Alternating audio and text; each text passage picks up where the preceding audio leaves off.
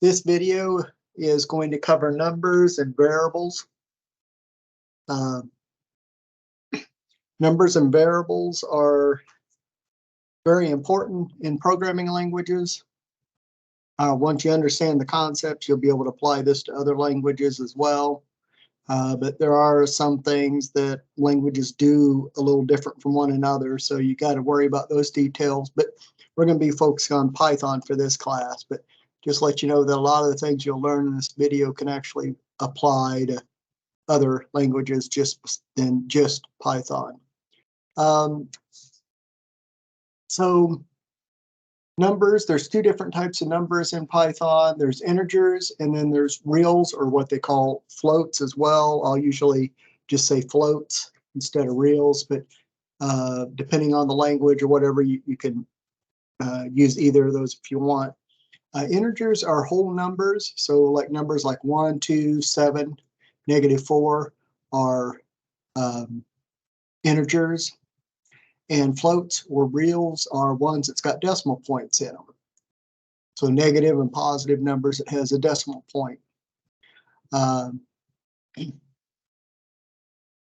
Also for integers, you can put an underscore in the middle of the number to separate individual digits. So for example, down here I have 10 million. I can easily see that it's 10 million because where we normally put the commas, we put an underscore, and so it's easy to read. Now you may ask, well, why not put commas there instead of the underscore? Well, Python's going to see that to mean something different if you put a comma there. So instead of using a comma, we use underscores. So we can add 10 million and then 54,321. We get this value here. Notice that it doesn't put any underscores or commas or anything like that in there. At least that's the default. You can. Later on, we will talk about print statements in which you can give it formatted state. You can format the output to make it look prettier if you'd like. But for right now, we're just focusing on just the basics. Also notice that I've got these 3 greater than signs here. Really what that's referring to is some kind of a prompt. Whenever you see exercises like this, it's got the greater than signs in front of it like that. What I'm really doing here is showing what it would look like if we entered something like that in our editor here, our integrated environment. Notice that there's 3 equal signs here. So you could put in your number here, and it outputs the same number that we have here. Now, of course, I could just put in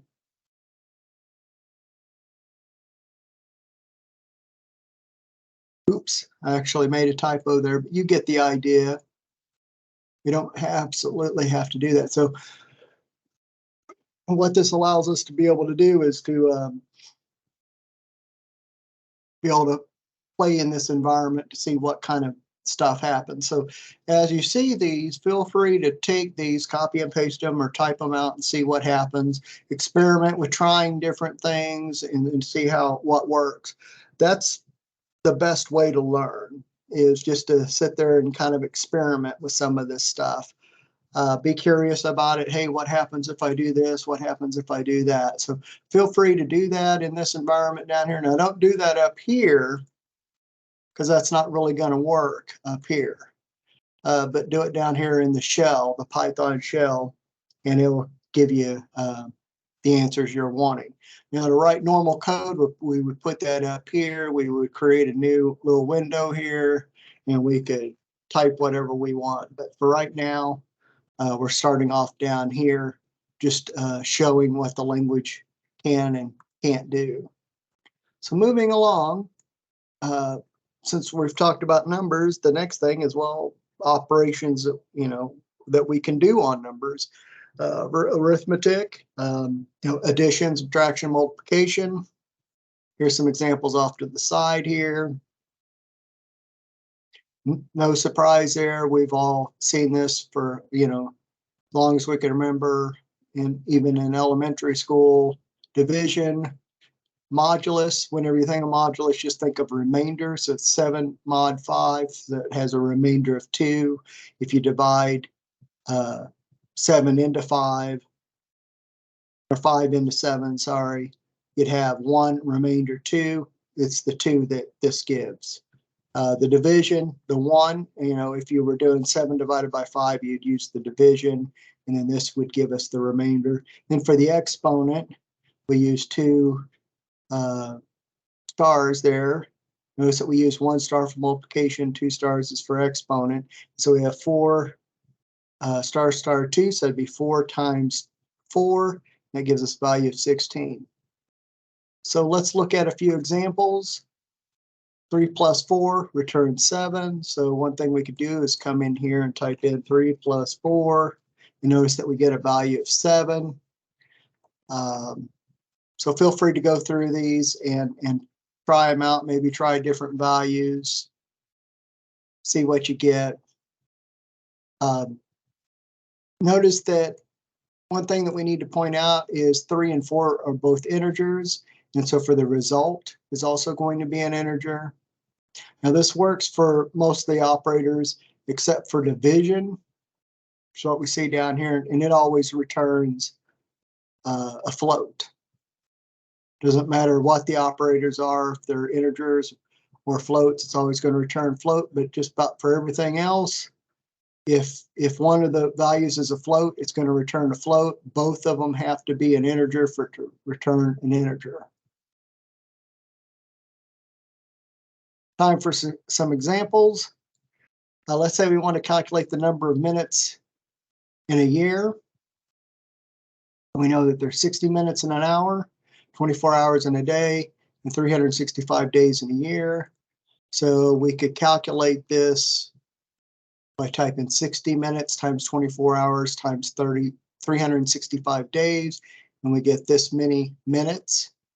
If we want to calculate the number of seconds per year, it's roughly the same thing, except we multiply the number of minutes in a year by 60 to get seconds. This is how many seconds we have. Quite often we want to convert between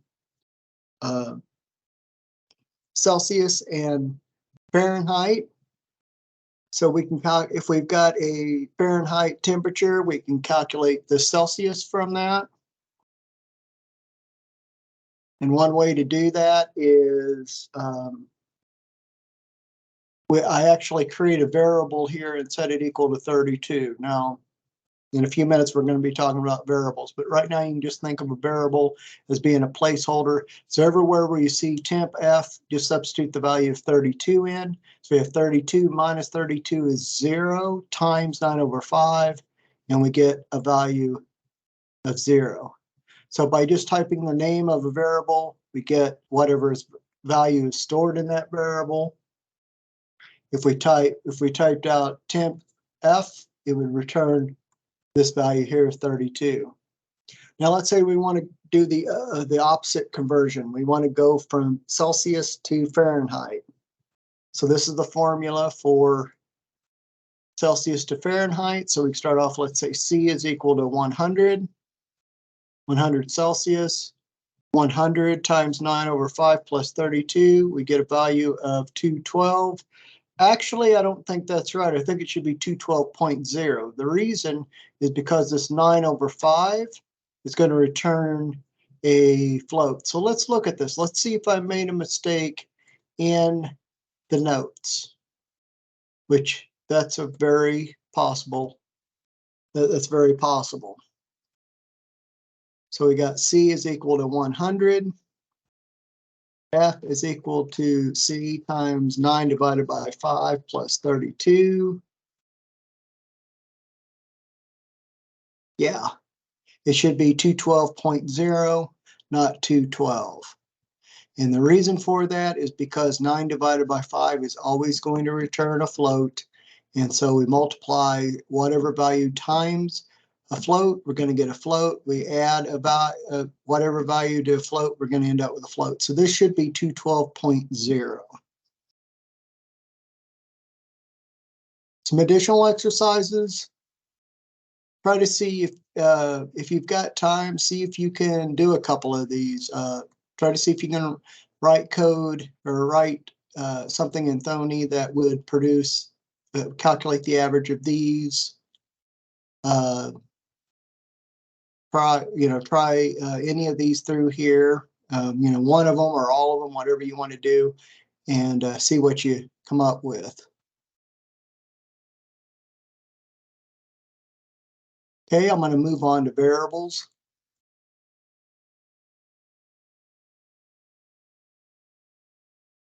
Actually, number 7 up here says create a variable named tip. Maybe you should do number 8 after the variable lecture if you're interested. Those exercises are not worth any points. That's just some exercises for you to go through to see if you understand the concepts and to reinforce what we just learned. Now, variables are handy because you can think of them as just a container that holds a value. Up to this point, we've looked at values such as this, where we have 3.4. Those are hard-coded values that will never change. That's always going to equal the value of 7. Where if we do this, a plus 4, a can be any value that we give it. We could ask the user for a value for a. We could read it from a file. We could calculate it. We could get it from wherever we want, and then be able to add 4 to whatever that value is. So this is much more flexible than this.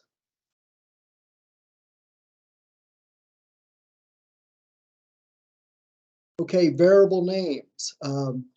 A is actually a very bad variable name because what is A? We don't know really what it is. What does it stand for? If you're going to create a variable name, you want it to be descriptive of what it's going to hold. For example, these are some very good variable names. Total, guess what? That's going to probably hold the total from some set of numbers. Sum, the same way, it's the sum. Balance could be, we're adding, subtracting some numbers, and so that gives us an idea of roughly what that value is going to hold. We could have a name, somebody's name, like my name's Billy. We know that name is probably going to contain some text, where these first 3, total, sum, and balance, are probably going to hold a number. F name, that's short abbreviation for first name. L name for last name. Age is probably going to hold a number. Date is probably going to hold a date, like today's date.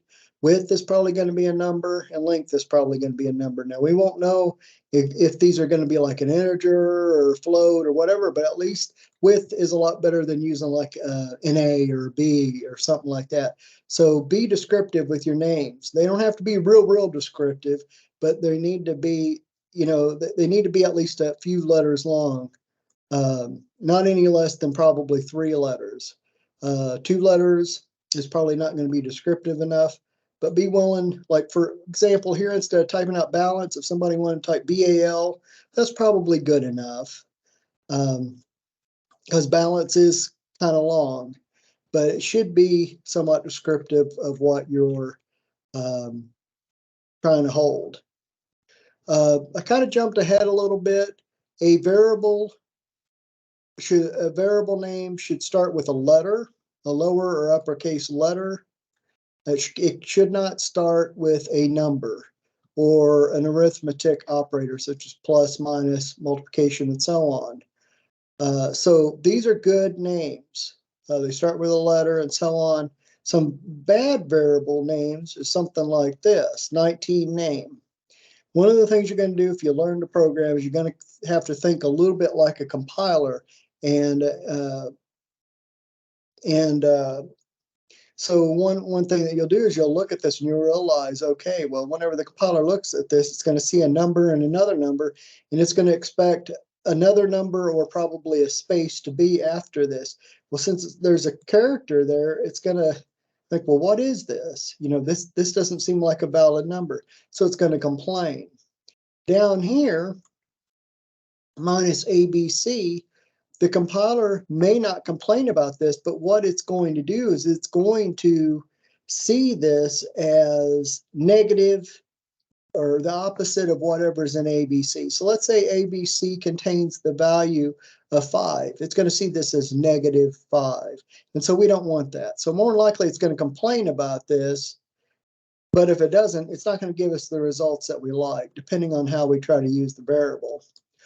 Also, another variable name that isn't good is to be able to use a minus sign or a plus or anything in the middle of the name. The reason is because the compiler is going to interpret this as being two variables, one called first, the second one called name, with the minus between it. So it's going to be like first minus name. And so it's going to get confused. So one thing that you could do is bring up your little compiler here and start typing some names. Let's say, for example, 19 name. Let's say that's equal to 3. Let's see what happens. We're going to get an error. It says syntax error, invalid decimal literal. Really what it's trying to say is that it's getting confused. It's not going to say invalid variable name. It's not going to do that, but it's going to look at that and it's going to see that this isn't right. So what this is really complaining about is that it's saying, hey, this doesn't make sense to me. And so if we did like minus ABC is equal to 5, it's going to do the same thing. It's going to give us an error because it doesn't expect to see this. On the other hand, if I did ABC is equal to 5, it's okay with that because this starts with a letter. Now, on the other hand, I could do this. And that's fine because it starts with a letter. And then it knows everything after that is part of the variable name until it hits like the equal sign or a space or something like that. Then it knows that that's where the variable name ends. So you're going to have to play around with this a little bit. You know, try a few examples, see what works and see what doesn't work. For example, if we do first minus name, so equals 3, it's going to complain. Syntax error because what it's trying to do is cannot assign to expression here. So it's seeing this and it's seeing this as being first minus name, not a variable as being first dash name. Hopefully that makes sense. It's going to see this as an expression of a variable minus another variable.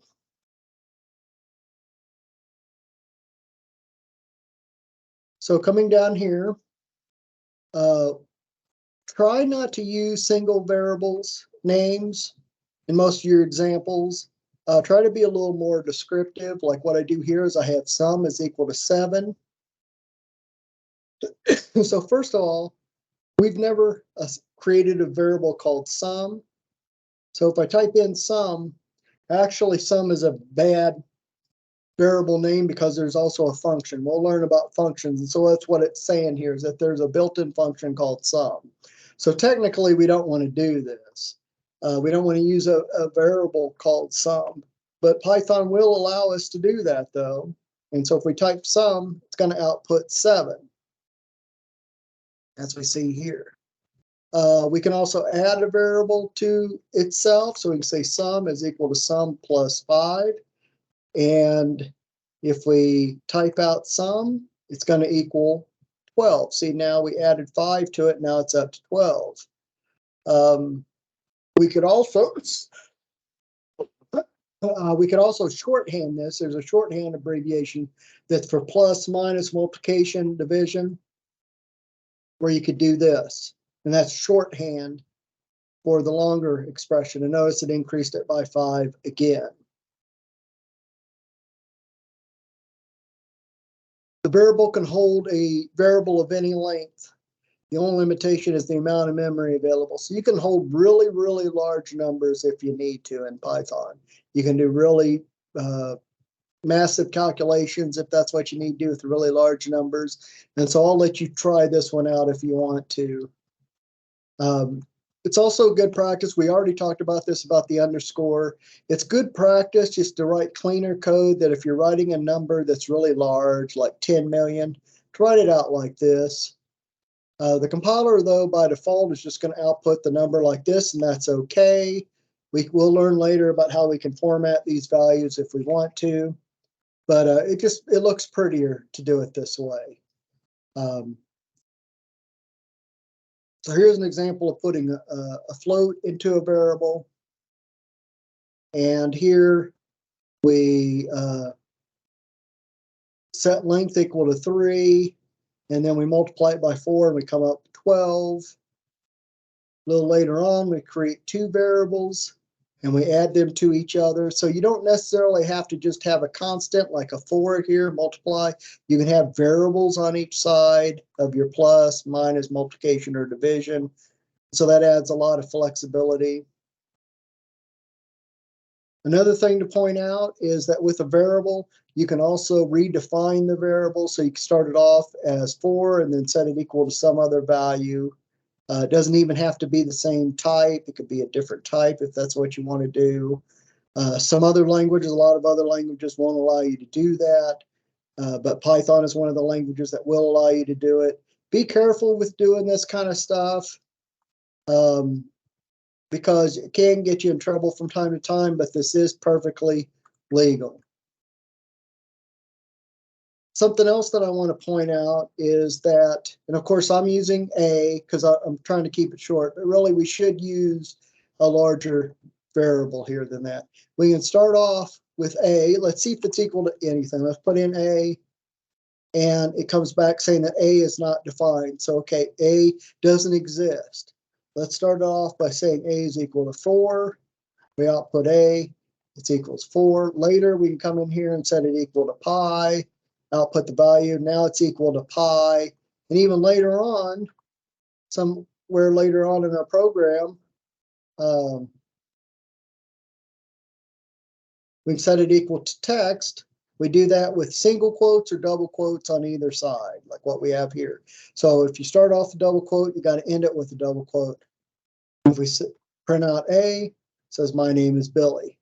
And so you can change the type of a variable as many times as you need to. Usually you don't have to do that. You know, it doesn't happen very often, but that flexibility is there if you want to. So further down here, we create a variable called pi.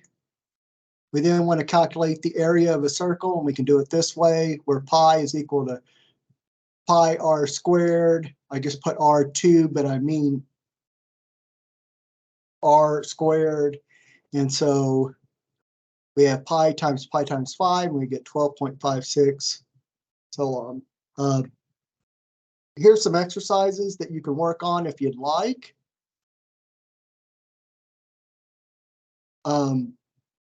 Like I've said before, these are not going to be graded. You don't have to turn them in, just for you to kind of go through and learn how to learn or relearn some of the material that we've talked about in this lecture.